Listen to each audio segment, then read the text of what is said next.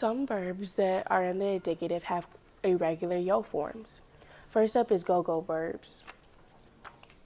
Go-go verbs have a G in the yo form, but they don't usually have a G in their regular verb form. So for some, you just add a G. For example, poner goes to pongo, and tener goes to tango.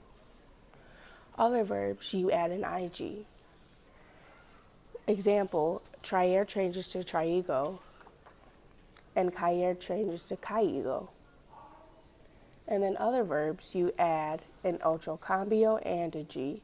So de ser, that would change to digo, and seguir would change to sigo. Another change that can happen for irregular yo forms in the indicative is G to J. For this one, you change the G to a J in the yo form. Some examples of this rule is derriguir, exiguir, escoger, and coliguir. The next change for irregular indicative yo verbs is GU to G. The verbs end in gear, so you put a U in the yo form.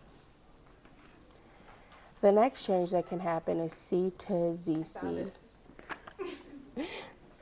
Verbs that end in CIR or CER and change to ZCO in the yo form.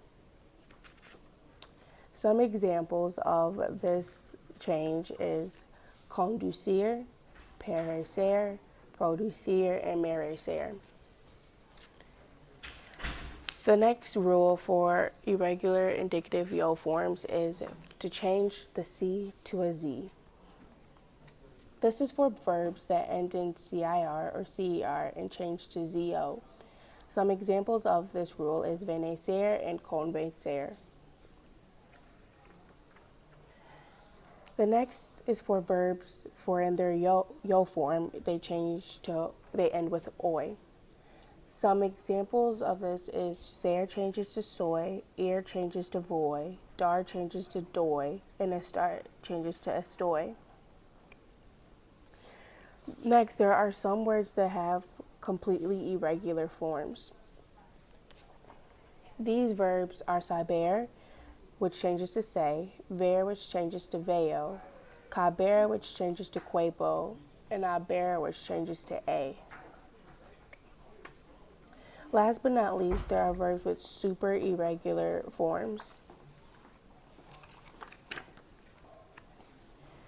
These verbs are ser, estar, ir, dar, oír, and haber.